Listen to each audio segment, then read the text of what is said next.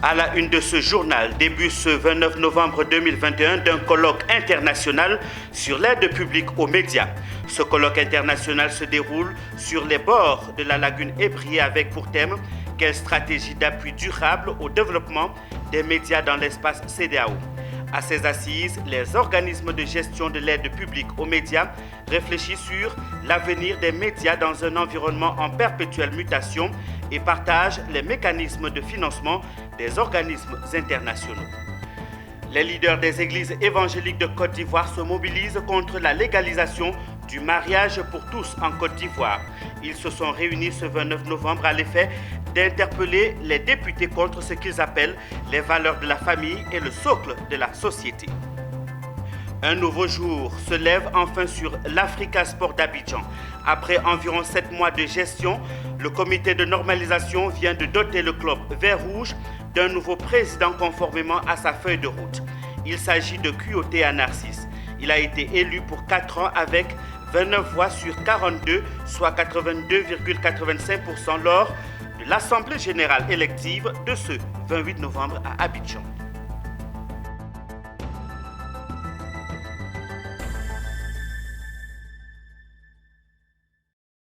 C'est toujours un réel plaisir de vous servir. Madame, Monsieur, bienvenue dans cette nouvelle session d'information sur Business 24. La 3e édition de l'African Investment Forum, Forum pour l'investissement en Afrique, qui devait se tenir du 1er au 3 décembre 2021 à Abidjan, Côte d'Ivoire, n'aura plus lieu.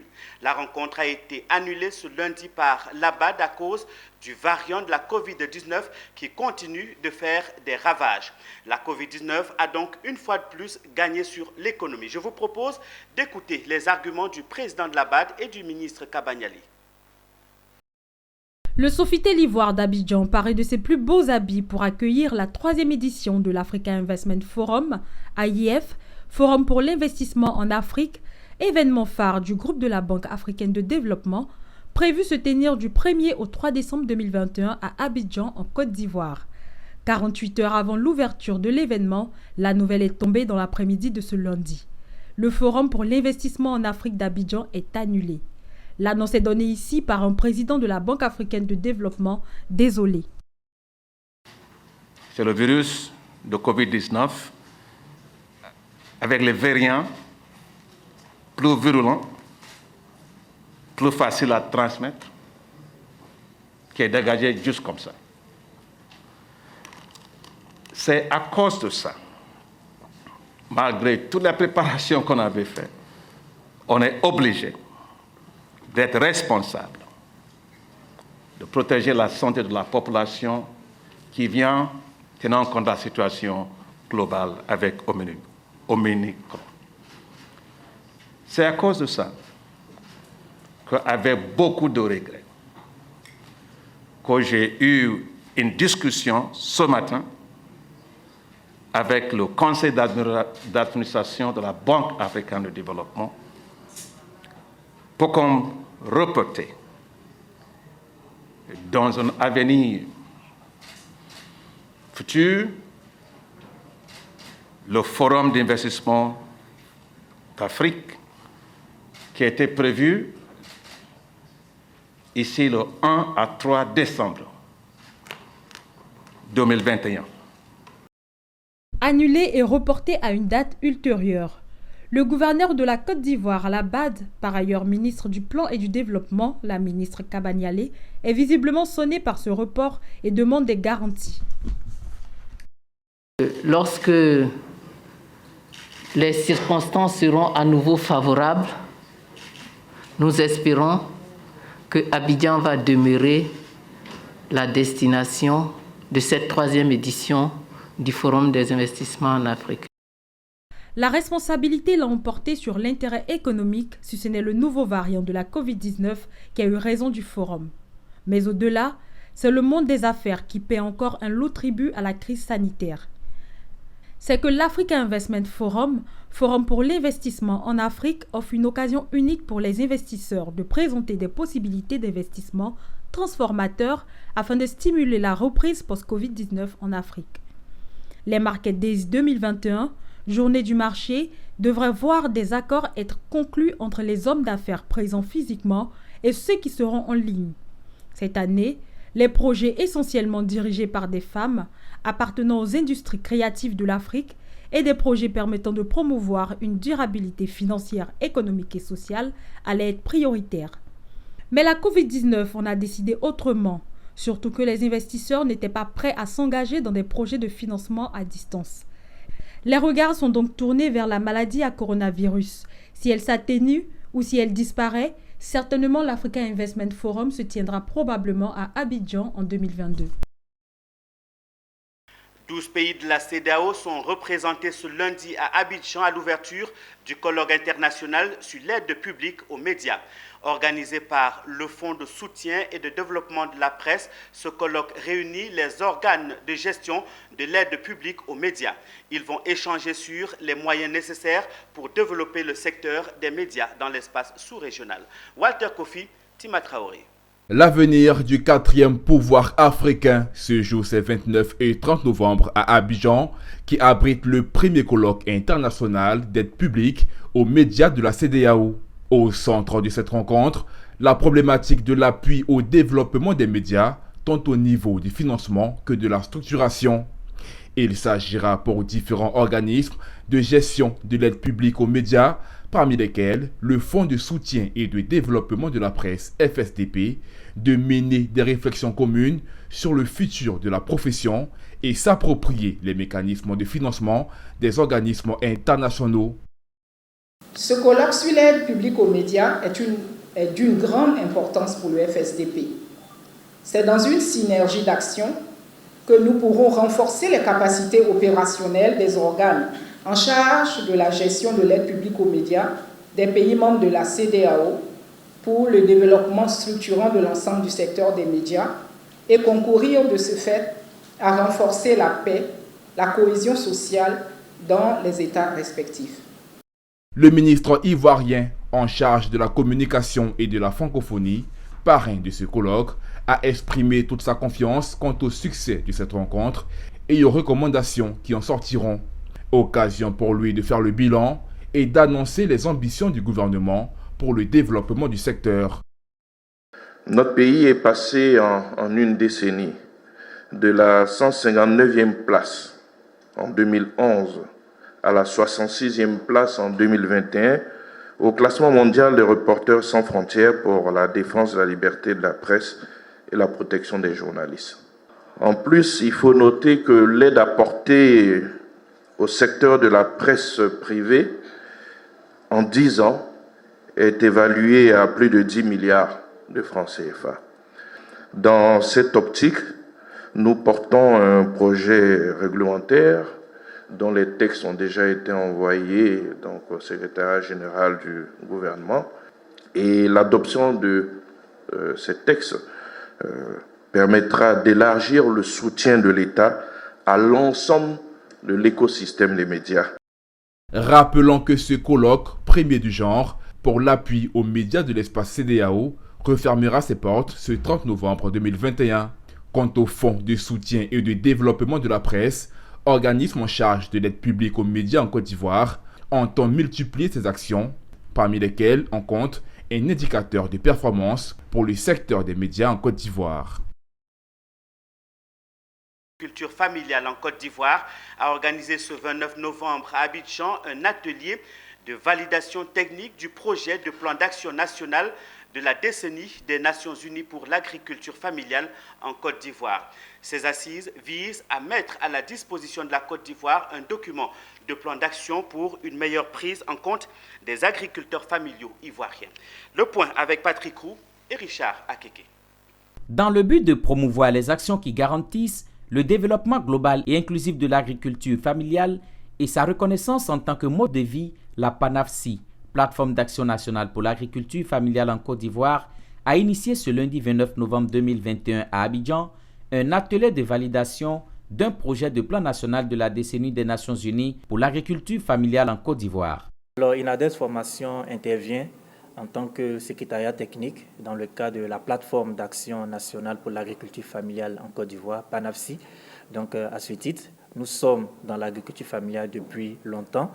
Nous avons contribué à la création de la PANAFSI en 2013 et nous poursuivons toujours dans les questions de plaidoyer pour qu'il y ait de meilleures politiques et des programmes en faveur du développement de l'agriculture familiale, donc pour améliorer le bien-être des agriculteurs et agricultrices familiaux. Nonobstant les performances enregistrées par le secteur agricole en Côte d'Ivoire qui sont à mettre à l'actif de l'agriculture familiale, à savoir le premier producteur mondial de cacao et de noix de cajou, 5e producteur mondial de palmiers à huile, le président du comité national de pilotage du DNUAFSI s'est offusqué que les agriculteurs familiaux ivoiriens restent associés à la pauvreté, à la malnutrition et à la sous-alimentation. Donc le défi qu'on a à relever, c'est d'améliorer tous les éléments qui permettent une bonne productivité, d'assurer l'industrialisation de cette productivité pour qu'elle soit disponible à tout moment et qu'elle puisse créer les emplois. Nous avons vu que nous sommes un pays essentiellement agricole et c'est seulement le monde agricole qui va résorber le chômage. Des membres de la PANAFSI, venus des régions du Denguela au nord et du Béké au centre, n'ont pas hésité à dévoiler les nombreuses difficultés sous lesquelles ploient leurs pères en Côte d'Ivoire. Nous n'avons pas d'unité de transformation. Il n'y a pas d'unité de transformation dans la région. Et puis nous avons des difficultés avec les éleveurs. On ne peut pas comprendre que des paysans qui travaillent à leurs propres frais mettent leurs semences dans le sol et à la récolte, ils n'ont rien. Parce qu'il y a des milliers de bétails qui viennent des différentes frontières et qui viennent assaillir nos différents terrains. Des autres produits. Nous nous concentrons plus sur la transformation du manioc, mais il y a les condiments qui accompagnent le manioc, qui accompagnent le riz, qui accompagnent l'igname. Et ces condiments-là, nous avons du mal à faire la conservation. Et quand on a du mal à faire la conservation, vous voyez que c'est du gâchis. Notons que cet atelier se tient du 29 au 30 novembre 2021.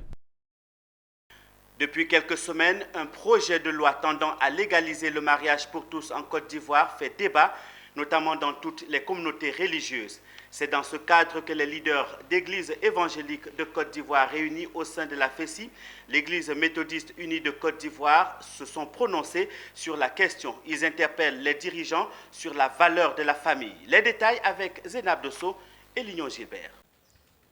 Que les individus soient libres de vivre comme ils veulent.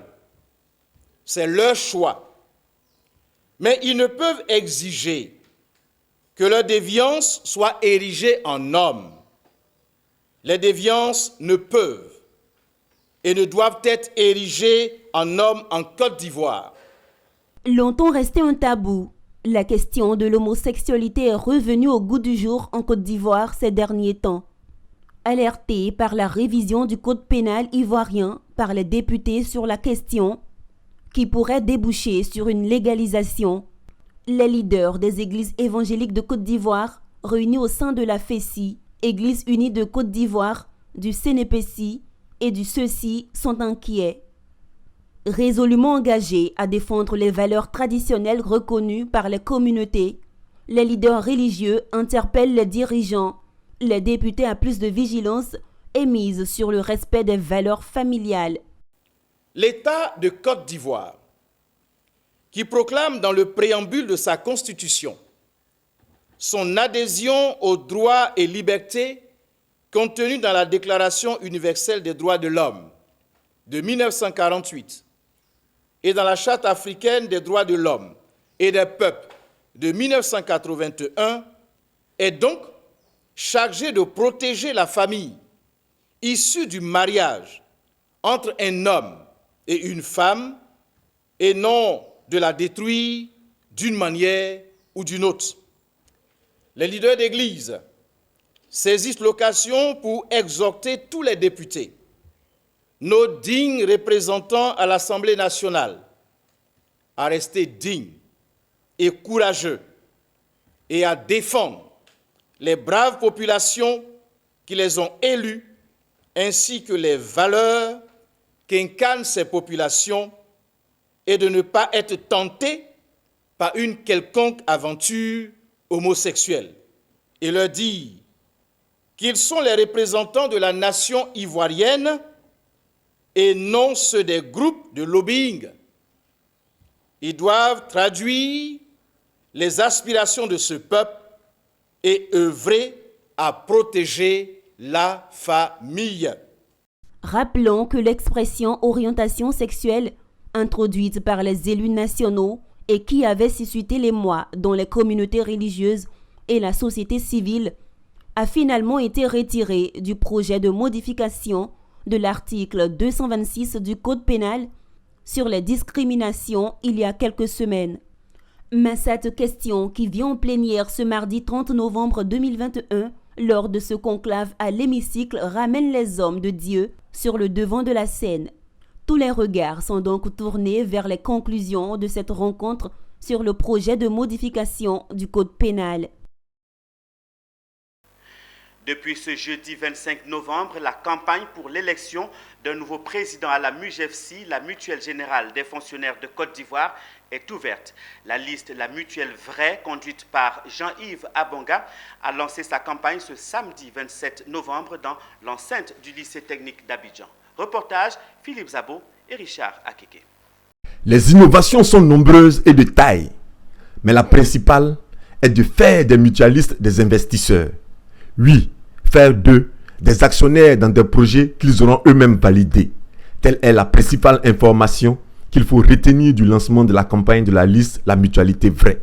Mais on va également permettre à ce qu'il y ait des ressources autres que la cotisation des membres pour pouvoir financer les prestations des mutualistes.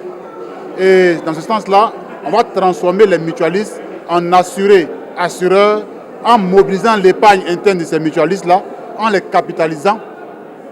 Et la plus-value sera reversée comme source de financement des prestations pour le compte des mutualistes. Les innovations majeures, j'allais dire, c'est surtout les prestations sans carte, qui sont une innovation d'actualité liée aux nouvelles technologies de l'information. Le président prévoit un certain nombre d'innovations pour nos collègues, les enseignants du primaire qui sont dans des villages assez reculés, qui n'ont même pas de médecin pour leur signer des bons pour qu'ils puissent commencer à bénéficier des prestations. Le lancement de la campagne de la liste La Mutualité Vraie a été le moment de présenter les têtes de liste régionales et le staff de campagne. Le renouvellement des organes dirigeants de la MUGEFSI est ouvert depuis le 25 novembre. 5 listes sont en compétition. Le vote est prévu pour le 11 décembre. Durant plusieurs années, la direction de l'Africa Sport d'Abidjan naviguait dans de l'eau trouble. Guerre de clans, mauvaise gestion, piètre résultat dans le championnat, ce qui a conduit à la mise sous normalisation du club en mai 2021. Après environ 7 mois de gestion, le comité de normalisation vient de doter le club vert rouge d'un nouveau président conformément à sa feuille de route. Reportage Konena Nourgo, Doumbia Ayouba.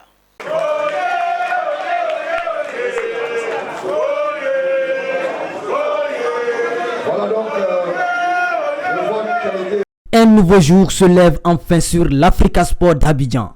Le club vert rouge a désormais un nouveau président. Il s'agit de Kyotea Narcisse. Il a été élu pour 4 ans ce dimanche 28 novembre 2021 avec 29 voix sur 42, soit 82,85% lors de l'Assemblée générale élective. Le président Kyo aura pour mission d'organiser l'élection du contrôleur général et redorer l'image de l'Africa Sport. Dès son élection, il a appelé à l'union. J'en appelle à tous et à toutes de nous tendre la main, parce que nous avons parlé de réunir tous autour de ce club. Il faut se tendre la main. Donc, ensemble, chacun apporte de ce qu'il peut à ce club. Je prends l'engagement également que nous ne resterons pas plus d'un championnat en 2e division. Kyotea Narcisse succède ainsi à Eric Tiako. Le président élu était face à 2 autres candidats, Denya Jean-Michel et Konesha Kumar. Ils ont obtenu respectivement 6 voix, soit 17,15% et 0 voix. Une défaite acceptée par Denya Jean-Michel. Je souhaite bonne chance au président Kuyo. Je lui dis toutes mes félicitations. Ce n'est pas ma personne qui compte, c'est le concept d'Africa Future qui compte. Quant à Konesha Kumar, il s'est retiré peu avant le début du vote. Une décision motivée selon lui par la non-adoption des textes. J'ai toujours dit qu'il faut construire sur la légalité. Ce que nous demandons ici est tellement simple. Simple parce que nous demandons seulement qu'on puisse suivre le droit pour arriver au bout. On n'est pas à 2-3 semaines près pour courir, pour dire on sort, on doit faire comme ça, on doit faire alors qu'on reconnaît, et je suis content qu'ils reconnaissent. On sort d'ici parce qu'ils reconnaissent tous qu'ils ne sont pas dans les statuts, mais ils disent qu'on a qu'à faire la chose comme si on était au village. Installé à la tête du club le 14 mai dernier, le comité de normalisation de l'Africa Sport d'Abidjan avait jusqu'au 30 novembre pour doter le club d'un président. Mission accomplie pour ce comité dirigé par Yves Zogo Junior. Bonne chance au nouveau. À bientôt. Pour les délégués, c'est une nouvelle ère qui commence. D'ici 1 an, 2 ans, je pense que l'Africa reviendra à la division nationale. Son retour à la maison, moi personnellement, c'est très bon. Kyotea Narcisse, cet ancien défenseur des Aiglons dans les années 80, a été président du club de 2007 à 2011. Cette élection s'est déroulée en présence de Zito Claude, représentant du comité de normalisation de la FIF. En Côte d'Ivoire, 4 femmes meurent chaque jour du fait du cancer du col de l'utérus. C'est justement pour accentuer la lutte contre ce mal qu'un atelier a été organisé à Abidjan les 25 et 26 novembre. À l'initiative, la coalition des organisations de lutte contre le cancer et Médecins du Monde. L'atelier vise à définir des stratégies de plaidoyer. Issa Badini, Ismaël Doza. Environ 1500 morts en Côte d'Ivoire chaque année.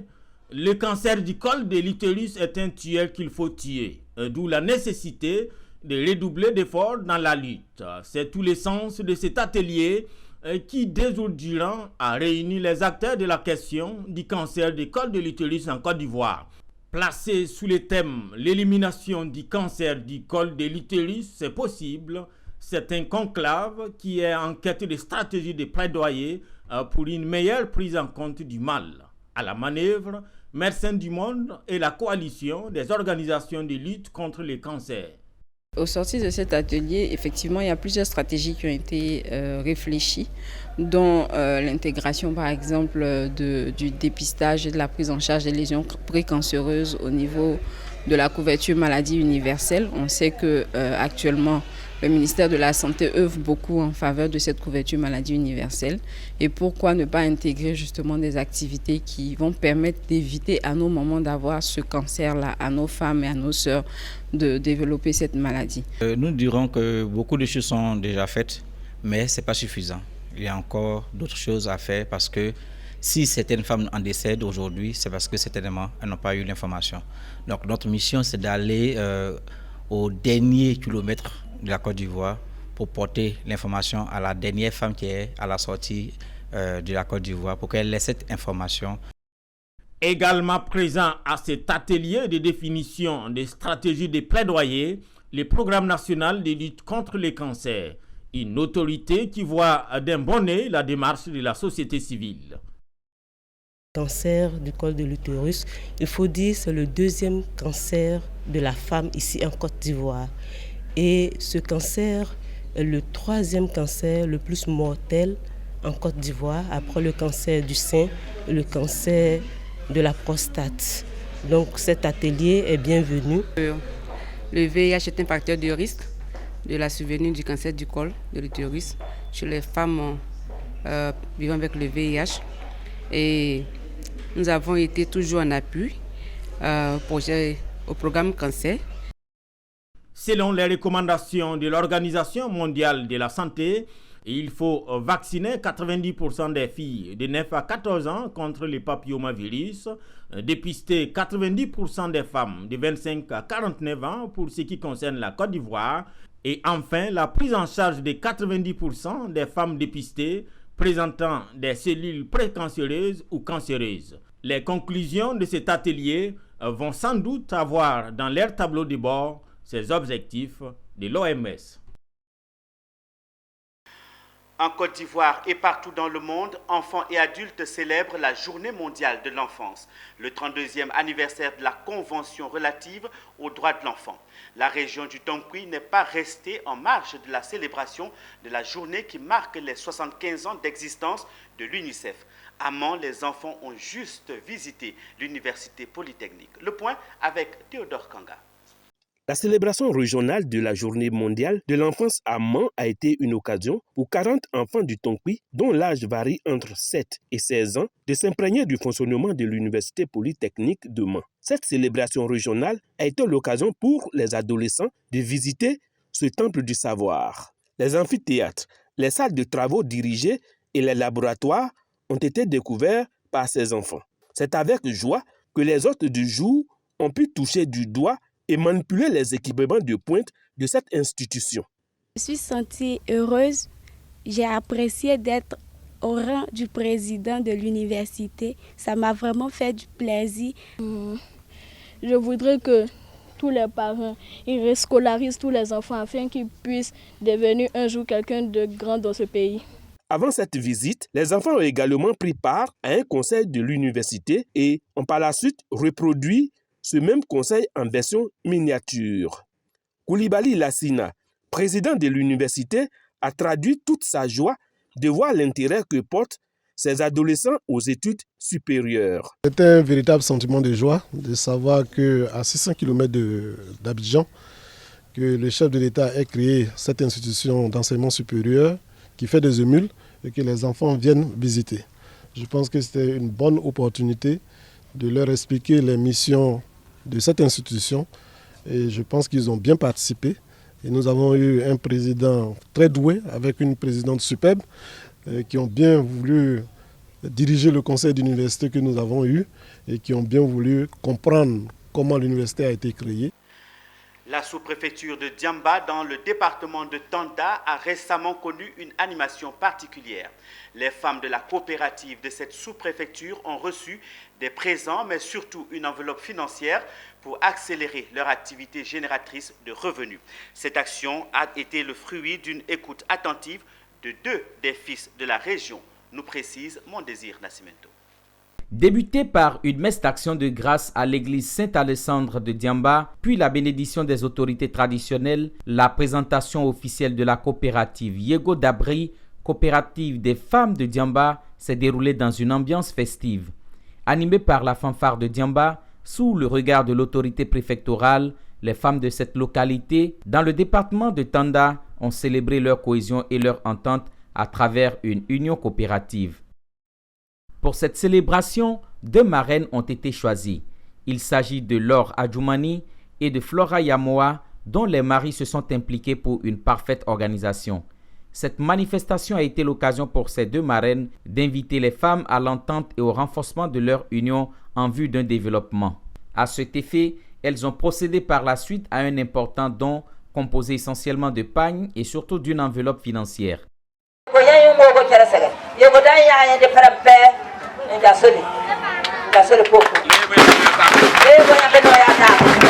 Les époux des marraines, notamment Kwaku Adjoumani, conseiller technique du secrétaire d'État chargé du logement social, et le préfet Yamoa Kwasi Camille, directeur général d'administration de la région de Lifou, ont salué leur courage et l'initiative tout en bénissant leur cohésion.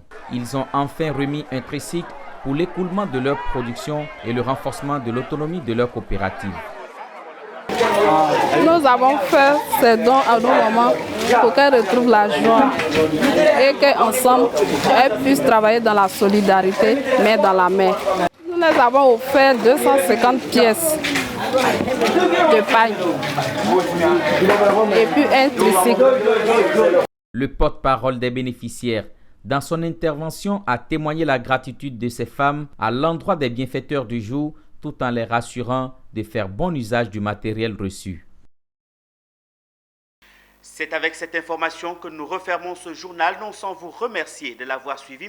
Passez un très excellent moment en compagnie de nos programmes. Au revoir et à très bientôt pour de nouvelles informations sur Business 24, la chaîne africaine.